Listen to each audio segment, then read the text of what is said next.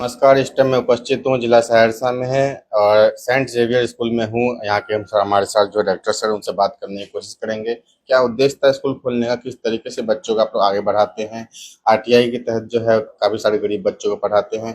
कई ऐसे बच्चे भी होते हैं जिनके पास काफ़ी डॉक्यूमेंट्स नहीं होते, पेरेंट्स नहीं होते, माँ बाप की जो है मृत्यु हो चुकी होती है। किस तरीके से उन बच्चों की भी मदद करते हैं और कोसी के क्षेत्र में जिला में आपका स्कूल का नाम चलता है, किस तरीके से शिक्षा के क्षेत्र में रिजल्ट आता है आप लोग का, ताकि पेरेंट्स सेटिस्फाइड रहो।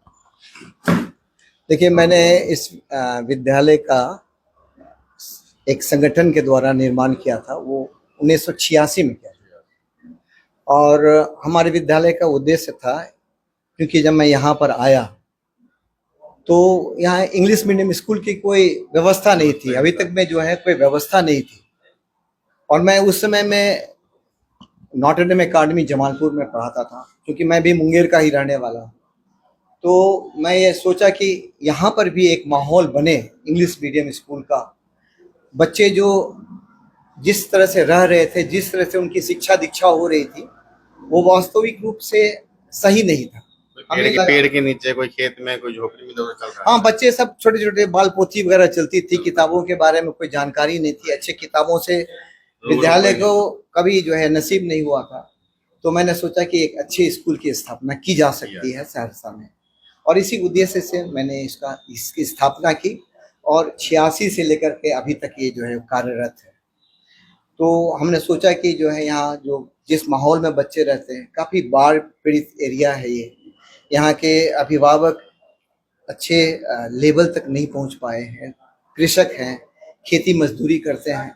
कुछ लोग अच्छे परिवार से आते हैं तो उनके बच्चे तो बाहर जाते हैं पढ़ने के लिए, लेकिन जो यहाँ के लोग वास्तव में हैं उनको सही शिक्षा नहीं मिल रही। इसी को सोच करके मैंने स्कूल की स्थापना की और उसके बाद प्रयासरत रहा और आज तक मैं इस मुकाम तक पहुंचा हूं, ताकि और मेरी कोशिश होती है कि बच्चों को सही शिक्षा सही रूप में मिल सके। और जब कभी भी हमारे बच्चे यहाँ से पास होकर के बाहर जीवन में जाए, अपनी पढ़ाई करे, तो उसको एक अच्छा मौका मिले, एक अच्छी व्यवस्था के अंदर उसकी गिनती हो और किसी भी लेवल को मैच कर सके। उसमें वो सारी खूबियां हो जो उस संस्था में रहने के लिए जरूरी है।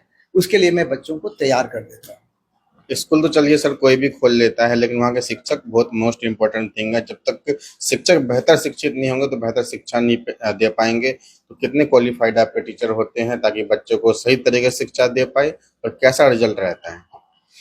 हमारे शिक्षकों का चयन जो वो एक प्रक्रिया से गुजरती है। पहले अनाउंसमेंट होता है, फिर उसके बाद उसका इंटरव्यू, विज्ञापन डालते हैं, इंटरव्यू होता है और उसके बाद तब उसका जो है चयन होता है।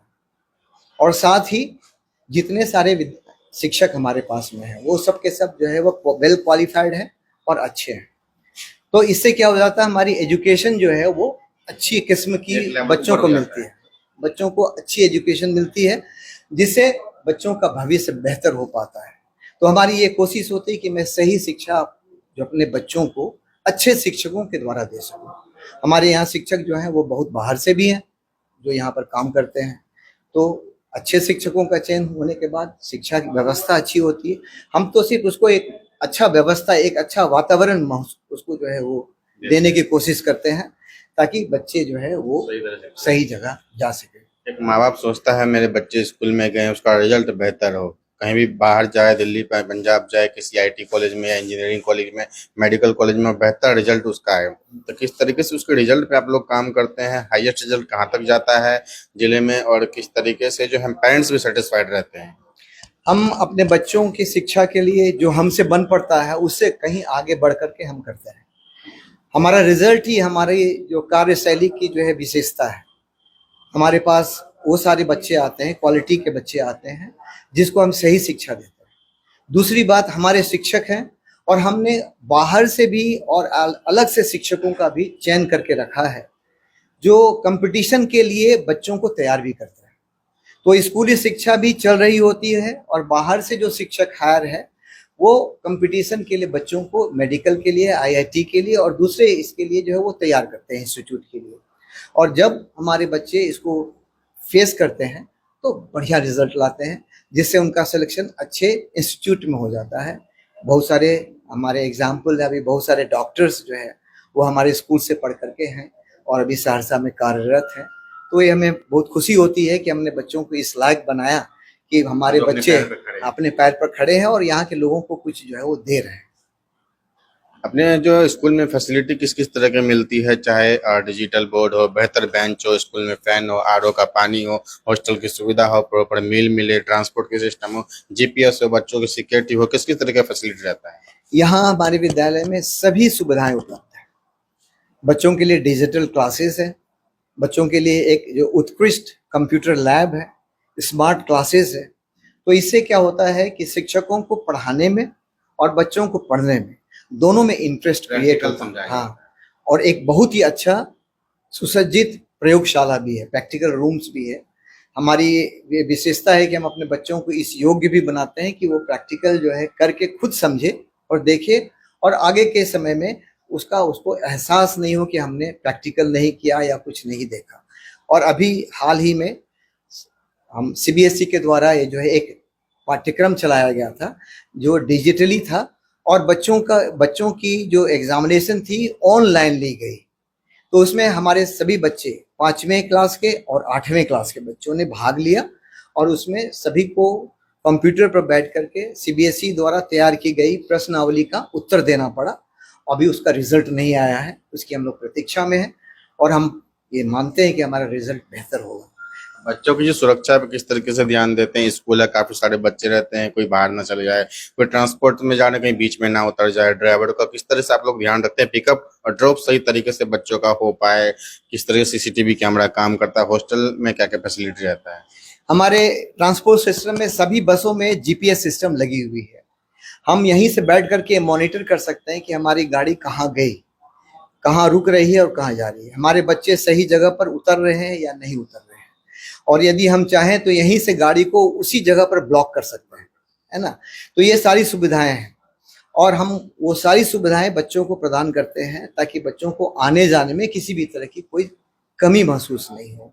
हमारे यहाँ गार्ड हैं, 2-3 गार्ड हमेशा फंक्शन रहते हैं, ताकि जो गार्जियन भीतर आ रहे हैं वो गेट के थ्रू, गेट पास के थ्रू अंदर आते हैं, और जाते समय फिर गेट का पास उसको दिया जाता है ताकि वो जाते समय गेट पास दे करके ही वापस जाए।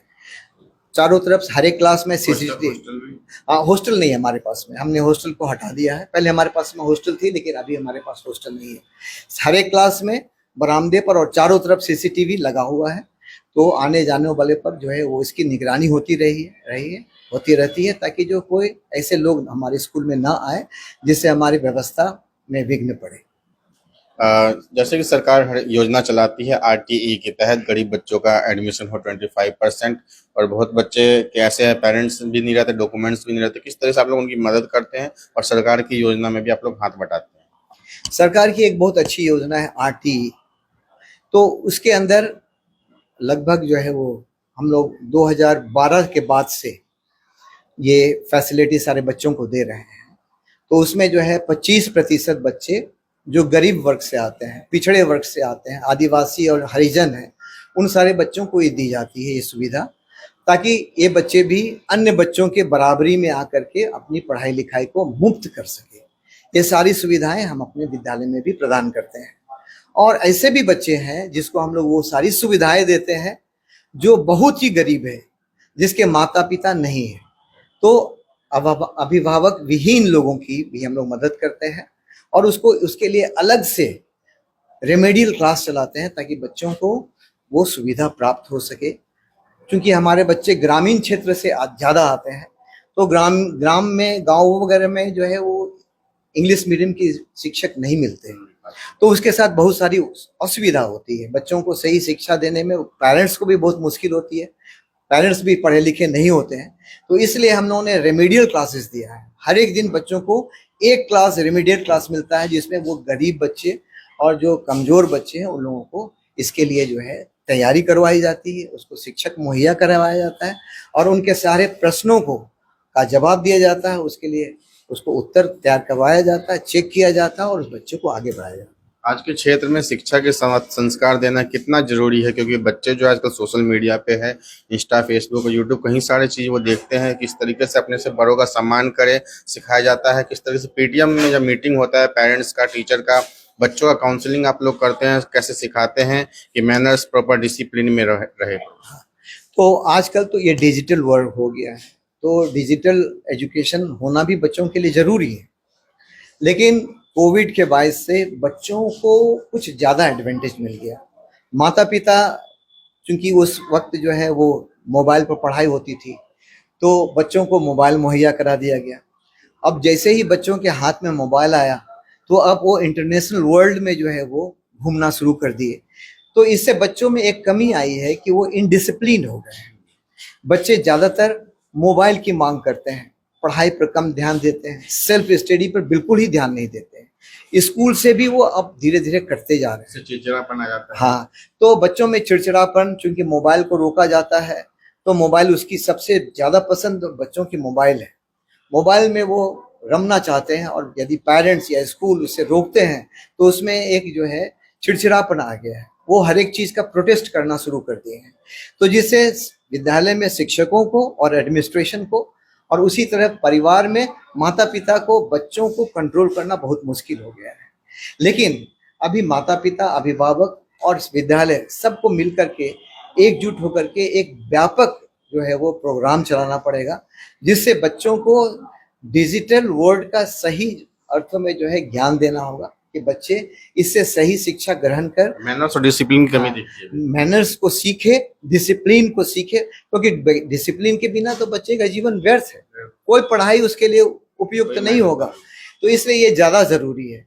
तो इसलिए अभी हम लोगों का सोशल मीडिया का भी बहुत ज़्यादा इसमें रोल है, अभी बच्चों को अपनी ओर आकृष्ट करने का, बच्चों को ऐसी चीज़ मुहैया कराने का जिसमें बच्चों को जो है इंटरेस्ट हो, और वो उस पर ज़्यादा ध्यान दे जो उसके एजुकेशन से रिलेटेड हो। माता पिता और विद्यालय भी इस प्रयासरत रहे, और इससे बच्चों को ज़्यादा फायदा हो सकता है। और अपना जो प्रोसीजर ऑफ एडमिशन होता है, कब चालू होता है? ओपनिंग जो होता है स्कूल में, कोई एडमिशन कराना चाहे तो कब आ सकते हैं, कौन से मंथ में? उसके लिए, एडमिशन के लिए हम लोग जो है वो न्यूज़पेपर में एक बार एडवर्टीजमेंट देते हैं, ताकि जो है अभिभावकों को इसकी जानकारी मिले। ऑनलाइन भी है, वेबसाइट पर भी इसकी जानकारी दी गई होती है। तो दिसंबर के माह में बच्चों को एडमिशन कराने के लिए उसका रजिस्ट्रेशन कराना पड़ता है। तो बच्चे दिसंबर में रजिस्ट्रेशन कराते हैं, उसके बाद एक निश्चित डेट अवधि पर उस बच्चे की जो है रजिस्ट्रेशन के समय में उसका एक एडमिशन टेस्ट होता है, एंट्रेंस एग्जामिनेशन होता है। उस एंट्रेंस एग्जामिनेशन में बच्चे जब पास होते हैं तो उसका एक रिजल्ट जो है वो नोटिस बोर्ड पर और उसके मोबाइल नंबर पर भेज दिया जाता है, ताकि जो इच्छुक पेरेंट्स हैं वो अपने बच्चों का एडमिशन करा सके। और एक विशेष बात है, एडमिशन के समय में 3 महीने की छूट होती है, दिसंबर, जनवरी, फरवरी, मार्च और अप्रैल तक। उसमें जो है बेटी पढ़ाओ और बेटी बचाओ के इसमें जो है वो हम लोग विशेष छूट देते हैं, और बेटियों के लिए वो रजिस्ट्रेशन और एडमिशन वो बिल्कुल मुफ्त होता है। तो ये हमारी विशेषता है, बच्चों को विशेष रूप से, और गरीब और ग्रामीण क्षेत्र के जो लोग आते हैं उसके लिए रजिस्ट्रेशन मुफ्त होता है, और बच्चों के एडमिशन के लिए उसमें उसका एडमिशन फीस हाफ होता है। तो ये थे हमारे साथ सेंट जेवियर पब्लिक स्कूल के डायरेक्टर से साफ साफ कहना है कि इस तरीके से बेटी बचाओ बेटी पढ़ाओ का तो आयोजन हर साल करते रहते हैं, फ्री ऑफ कॉस्ट एडमिशन होता ही रहता है।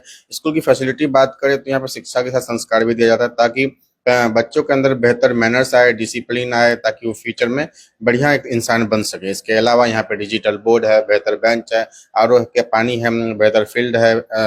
मेंटली के साथ साथ जो है शारीरिक भी यहाँ पे व्यायाम करवाया जाता है, ताकि बच्चे जो है मेंटली के साथ साथ फिजिकल भी फिट रहे। कई सारे आयोजन होते हैं, गेम होते हैं, 15 अगस्त में, 26 जनवरी में, एनुअल डे में। बच्चे के बेहतर फ्यूचर के लिए सेंट जेवियर पब्लिक स्कूल लगातार काम कर रही है, आगे भी करती रहेगी। आप लोगों को किसी भी प्रकार की एडमिशन के लिए इंक्वायरी करना, वेबसाइट पे भी जा सकते हैं। और दिसंबर में एक एंट्रेंस एग्जाम होता है, न्यूज़पेपर में एडवर्टाइजमेंट निकलता है, तो फॉर्म भी आप लोग भर सकते हैं। जिला सहरसा से रंजन जायसवाल की रिपोर्ट।